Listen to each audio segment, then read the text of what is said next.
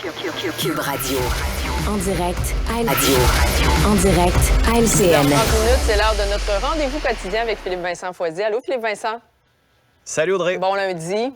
On va parler de la rentrée parlementaire à Ottawa. C'est aujourd'hui, là. C'est quoi les dossiers qu'on va devoir surveiller?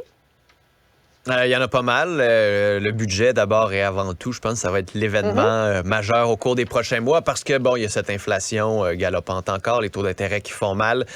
Le fait qu'on ne veut pas qu'Ottawa mette de l'huile sur le feu, est-ce qu'on va être capable de restrictions budgétaires et de ne pas trop dépenser, de ne pas trop emprunter aussi, alors qu'on a fait plusieurs promesses, notamment en santé, qui risquent d'être le thème majeur des prochains mois. Il y a la rencontre avec les premiers ministres sur les transferts en santé. Est-ce qu'on va faire d'autres annonces aussi en matière de financement direct, bilatéral avec certaines provinces? Le NPD qui demande un débat d'urgence sur le privé en santé. Donc, le NPD, avec son entente avec le gouvernement, qui a quand même encore un petit peu le gros bout du bâton, va essayer de se retrouver, de trouver un espace médiatique à prendre. Contrôle des armes à feu, on a beaucoup parlé avec Carey Price, les armes à feu, les armes de chasse aussi. Est-ce qu'on va réussir à faire adopter le projet de loi? Est-ce qu'on va l'adoucir? Est-ce qu'on va ramener ça à un projet de loi un petit peu plus consensuel? Sinon, immigration, culture, il y a un projet de loi depuis longtemps qui traîne au Sénat là, sur les géants du web. Il serait temps que les sénateurs se réveillent et adoptent ce projet-là pour qu'on puisse mieux protéger, mieux valoriser aussi les contenus culturels québécois. Sinon, Mackenzie, on va en parler cette semaine. Une loi sur les mesures d'urgence aussi. On est à 1 an des camionneurs. Oui. On va attendre le rapport du juge Rouleau là-dessus. Oui, gros menu, effectivement. Et est-ce qu'on va assister à un premier véritable duel Trudeau-Poilievre?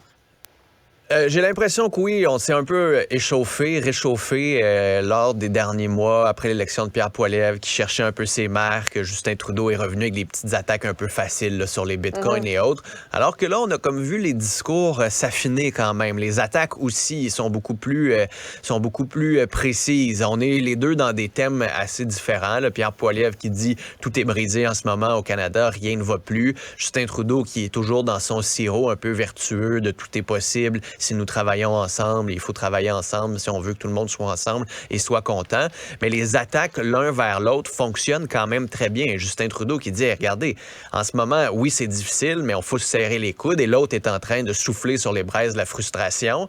C'est une attaque qui marque. De l'autre côté, Pierre Poilievre, son attaque, quand il dit ça va mal, tout coûte cher, puis le gouvernement fonctionne pas, quand même, il donner raison, là, que ce soit les passeports, Immigration Canada, énormément d'autres dossiers au pays ne fonctionnent pas et n'ont pas bien fonctionné sous Justin Trudeau avec cette inflation-là. Donc, ça va être difficile pour M. Trudeau de bien tirer son épingle du jeu, de montrer que son gouvernement fonctionne, de montrer que le gouvernement est efficace. Je te parlais de Jock Meeting il y a quelques secondes, je pense que c'est lui qui va trouver le temps le plus long, le plus difficile d'essayer toujours de faire « Hey oh, je t'envie, moi, oubliez-moi pas ».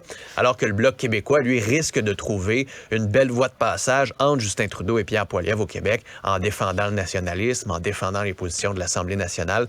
Donc, pas trop inquiet à ce moment-ci pour le Bloc québécois. On va parler d'Hydro-Québec maintenant. Philippe Vincent, les tarifs pour les consommateurs, ça va augmenter ou non? On dirait que c'est pas clair.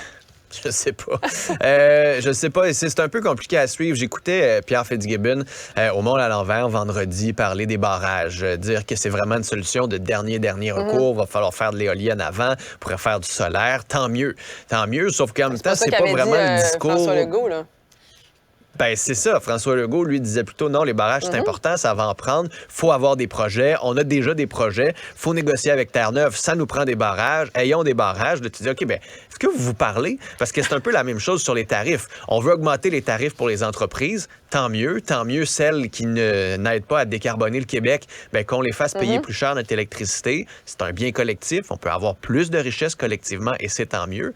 Mais là, pour les consommateurs, Pierre Fitzgibbon avait un peu laissé entendre que ça s'en venait. Peut-être pas tout de suite, mais là, François Legault est revenu en disant non, c'est vraiment pas maintenant, on n'en est pas là du tout, on n'est vraiment pas rendu là. Puis là, tu dis, avant d'avoir une consultation québécoise, peut-être qu'il pourrait se consulter les deux là, pour être sûr que le gouvernement est sur la même longueur d'onde. Ça montre à quel point, par contre, il y a des débats en ce moment et c'est important d'avoir cette consultation-là. C'est important d'avoir les discussions sur l'avenir d'Hydro-Québec, sur justement des thèmes précis comme ceux-là. Est-ce qu'il faut payer plus cher notre électricité? Est-ce qu'on peut moduler nos tarifs? Est-ce que les plus riches devraient payer plus pour leur piscine, leur garage chauffé puis leurs 3 maisons? Ça fait partie des discussions. Ça, c'est dans le très concret. puis jusqu'au barrage après ça. Mais pour ça, ça prend une vraie consultation. Ouais. Ça prend pas juste des déclarations ici et là dans des points de presse où on a comme une idée approximative d'où le gouvernement veut aller, là.